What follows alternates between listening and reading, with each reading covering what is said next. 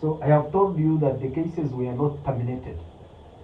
It is the proceedings for the court martial that was terminated, was short-circuited.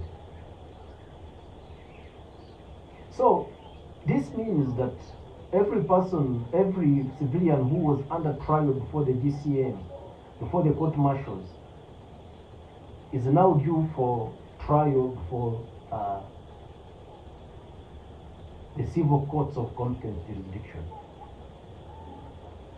Now, to me, that itself was a mistake by the Supreme Court. I have explained to you that the decision of the Supreme Court heralds a violation of the Constitution, a violation of Article 28 of the Constitution.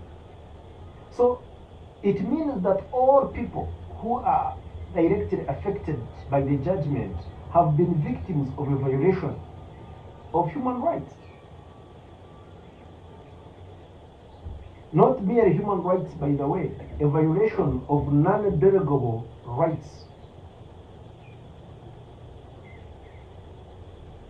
Therefore, the Supreme Court had the opportunity to invoke the Human Rights Enforcement Act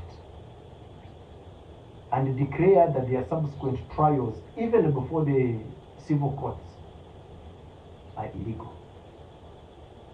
The effect of the Human Rights Enforcement Act is that prosecutions mounted against the background of blatant violation of human rights are illegal.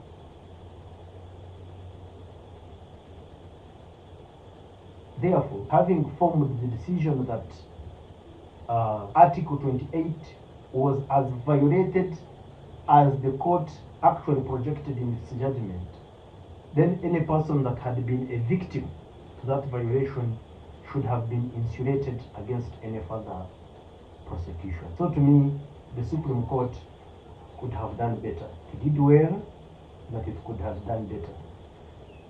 So right now, of course, there is going to be floodgates of cases because I believe that any prudent lawyer defending any person previously charged before the court martial should raise an objection on the constitutionality of a further trial before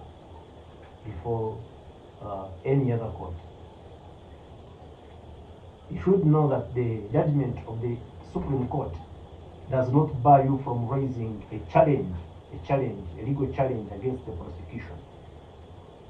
So even if the case is transferred to the civil court, someone should be able to challenge the validity of that prosecution against the background that the accused person was previously, a victim of violations of Article 28.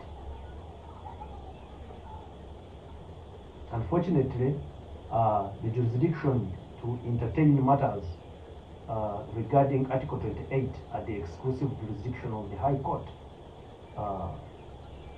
in terms of enforcement, while some of these cases will obviously be before the magistrates' courts. So I believe lawyers will be able to really harmonize the law and see how to proceed for the benefit of their clients.